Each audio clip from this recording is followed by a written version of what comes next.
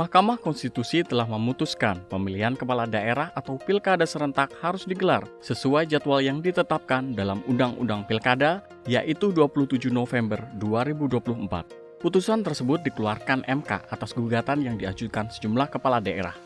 Dengan putusan tersebut, kepala daerah hasil pilkada tahun 2020 bisa menjabat sampai hasil pilkada serentak 2024 dilantik. Sebelumnya, muncul wacana mempercepat pilkada serentak 2024 ke September 2024. Anggota Komisi 2 DPR RI Agung Widiantoro mengakui prinsip keserentakan dalam Undang-Undang Pilkada memang mengurangi masa jabatan sejumlah kepala daerah menjadi kurang dari 5 tahun. Putusan MK dinilai sebagai solusi tepat terkait masa jabatan kepala daerah. Namun, keserentakan sebagai amanat undang-undang yang harus dijalankan, Komisi 2 DPR RI bersama pemerintah akan memastikan aturan untuk tahapan pilkada serentak 2024 menyesuaikan dengan putusan MK. Ya, memastikan peta-peta kerawanan selama penyelenggaraan pilkada. Terdiri dari ragam budaya, suku, dan bangsa, otomatis membutuhkan pemikiran serius.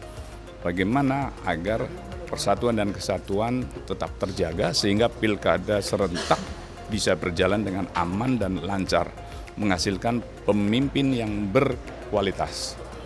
Tetapi pada bagian lain juga kami Komisi 2 bersama-sama dengan pemerintah hendak memastikan terlebih dahulu apakah aturan pilkada yang akan kita gelar di bulan November ini masih menggunakan aturan yang lama atau ada beberapa yang perlu direvisi.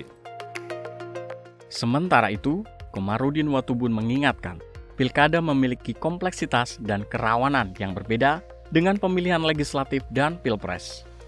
Pemerintah dan aparat penyelenggara pemilu harus menekankan netralitas dan berkonsolidasi dengan seluruh pihak sampai ke level bawah dalam tahapan hingga penyelenggaraan pilkada serentak 2024. Karena pilkada itu serius, tingkat konflik juga nanti serius, karena itu berhubungan langsung dengan kepentingan daerah masing-masing. Pilkada ini kalau pihak KPU, Bawaslu, dan pemerintah tidak netral, itu bisa terjadi keributan yang serius. Ya, karena ini kalau keributan di seluruh Indonesia, berapa kabupaten kota saja ribut, pusing kita, aparat keamanan kita tidak cukup untuk menangani, menjaga stabilitas di daerah.